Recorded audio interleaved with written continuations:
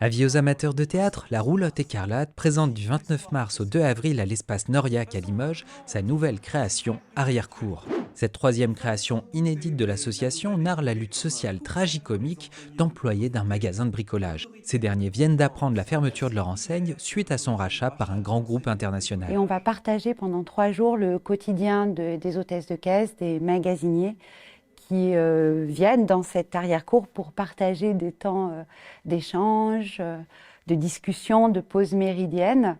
Et vraiment, on rentre par la petite porte pour parler quand même d'un sujet qui résonne malheureusement fortement avec l'actualité, puisqu'on va parler de perte d'emploi, on va parler aussi de fermeture de magasins de proximité, on va parler d'avenir, mais on va aussi parler d'amour, d'espérance. Tu peux pas faire preuve d'un petit peu plus de réflexion et essayer de regarder la réalité en face? Oh les filles, c'est quoi vos perspectives? Vous allez faire quoi après? Moi j'ai l'impression que tout ça vous est complètement égal.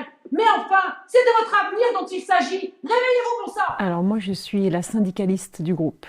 Donc parmi les employés, c'est moi qui porte un peu le discours militant. Je suis un peu celle qui essaye d'inciter les autres à se mobiliser, à ne pas se laisser faire. Et Vous voilà. êtes résigné. Et être résigné, c'est comme mourir dans son fauteuil devant la télé. Nous sommes ainsi confrontés à leur quotidien, bousculés par cette nouvelle et par l'arrivée d'un journaliste réalisant un reportage sur cette fermeture. Partagé entre volonté de se révolter et résignation, ces touchants personnages nous présentent tant leur histoire que sa résonance universelle. La pièce nous interroge également sur la couverture médiatique de ce type d'événement. Vanessa, je vous retrouve donc dans cette arrière-cour du magasin de la rue Faraday, une arrière-cour que vous allez quitter, me confiez-vous, avec un soupçon de tristesse et de nostalgie, en pensant au moment heureux et peut-être au moment un petit peu moins heureux que vous avez pu vivre ici. Alors Vanessa, une petite question avant toute chose. Quel va être le plus beau souvenir que vous allez conserver de cet emploi d'hôtesse de caisse ici chez Brico Futé? Je joue Guillaume Pellissier, le journaliste de Radio Galaxy, qui vient interviewer les différents employés de l'enseigne sur la fermeture prévue dans 3 mois.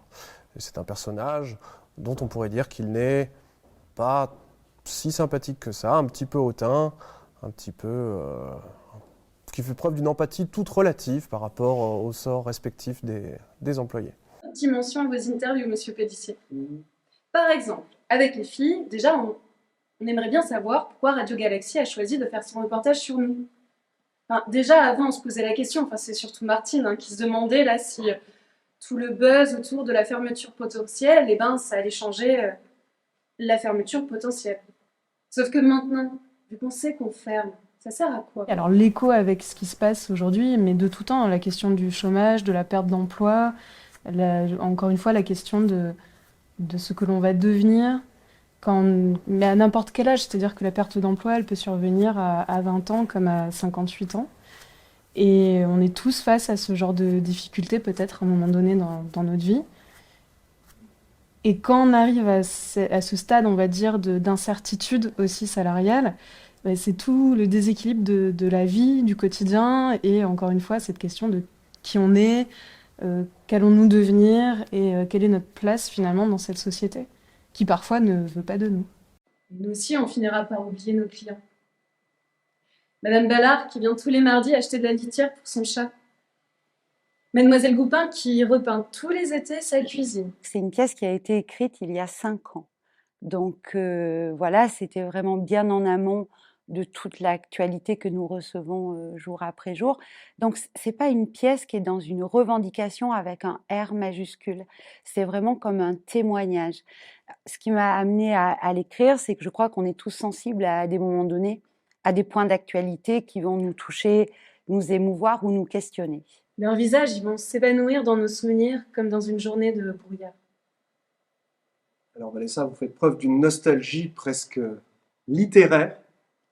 Comme si j'étais à la recherche du temps perdu.